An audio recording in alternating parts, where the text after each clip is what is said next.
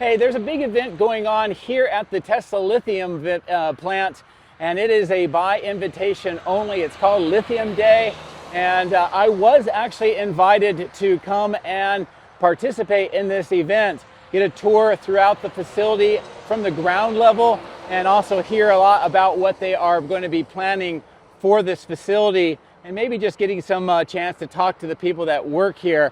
But unfortunately, this time is exactly the same time currently as the Starship Flight, and both of them are on the 16th of July, and both ironically at almost exactly the same time. So I had to choose, and I decided to choose Starship this time. I really do miss the opportunity to have had a chance to see what's going on with the plant here, but hopefully they will be publishing some of the pictures and some information about what was going on, and we'll be able to find out a little bit more. I have asked them if I can be invited back at some future date, so hopefully that will happen. But I wanted to let you know, at least they are doing more reach out efforts here at the Tesla lithium plant. And you know, this is a opportunity I really wish that I had had a chance to actually follow through on, but Starship came in the way. But I want to say thank you very much to Tesla for inviting me to the event. Sorry I couldn't make it, and here's to next time. Now, it turns out I got down to Starbase on time to be able to see the ship roll out, the full stack, and getting ready for the launch the next day. While I was watching the ship roll out, I ran into S.E. Robinson Jr. You may know him better for the Elon Chron posts that he does every day on X, and he provides a nice, easy-to-read summary of all of the Elon Musk companies and the events of that day.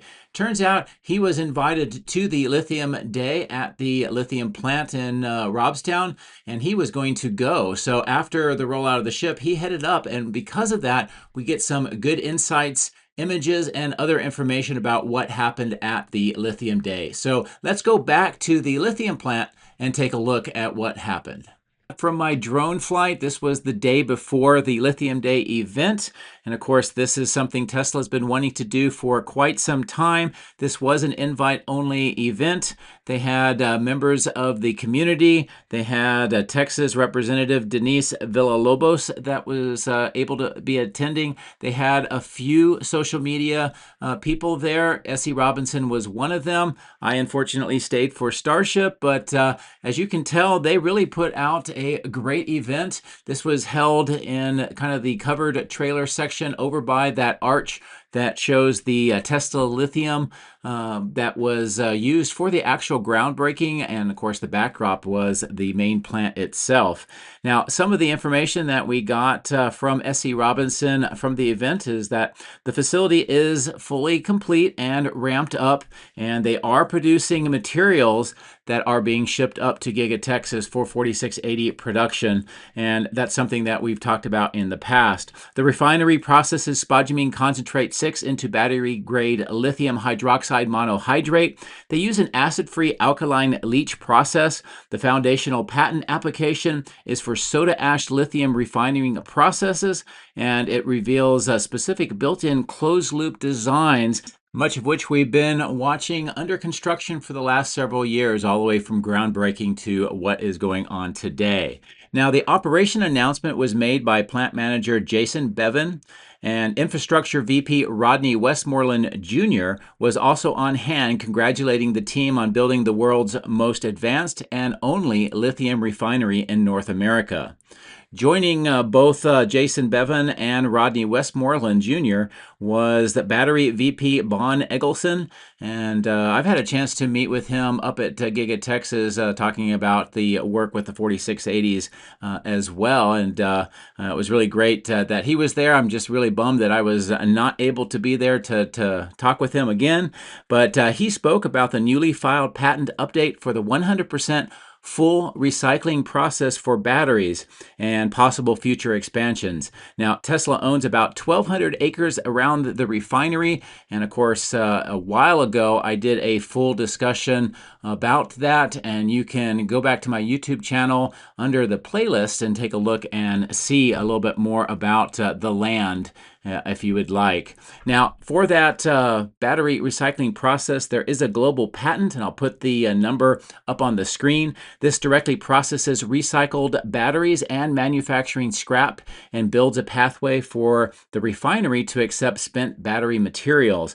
introducing water vapor condensation, reuse systems, and heat recovery loops to process black mass. Now, if you recall, we have talked in the past about the plans to expand this factory to do black mass battery recycling. What black mass battery recycling is, and what the term black mass is essentially when you take the old batteries and you grind them up, you remove the metals and other impurities. What's left is this kind of black material, which can be further separated, and then you can recover about 95 to 98% of the original materials and make more batteries with them.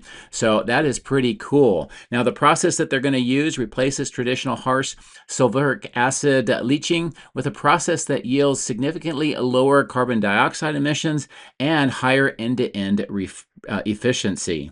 And the patent that they have focuses explicitly on the extraction of high purity materials from degraded cells to build new cathode active materials for new batteries. So not only are they taking the raw spodumene concentrate 6 and producing lithium hydroxide, which is used as an input at the battery cathode plant at Giga Texas, but they're also preparing to do that black mass battery recycling, and that will help with the overall production of batteries because it reduces the amount of mining that will be required.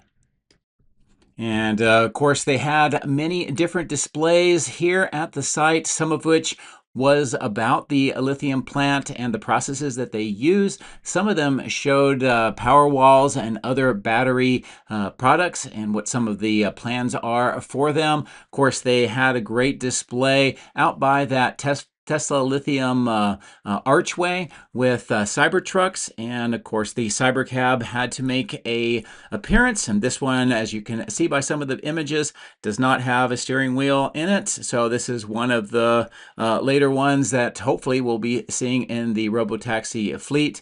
They also had other demonstrations and displays. Optimus was there on hand, and a variety of other just really neat informational displays with employees there to be able to talk about what was going on with those products, and you could ask a lot of different questions.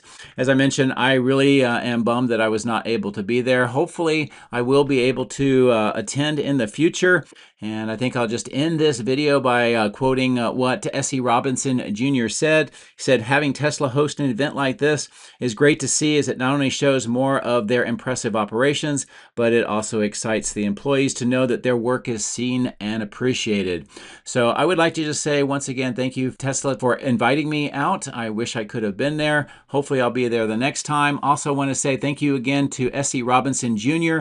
for attending that event, getting all of these great photos and taking a lot of those notes that I was able to kind of refer to. And make sure you check out his channel, Elon Chron. It's probably the best way of knowing about what is going on with all of Elon's companies. And make sure you like and subscribe his videos and support him as much as you possibly can. So with that, I think we'll end this Lithium Day recap video, and I'm looking forward to the next time I get a chance to be there. Hopefully I'll be able to be on the ground and share a little bit more about what's going on. So thank you very much for watching and your support. Take care.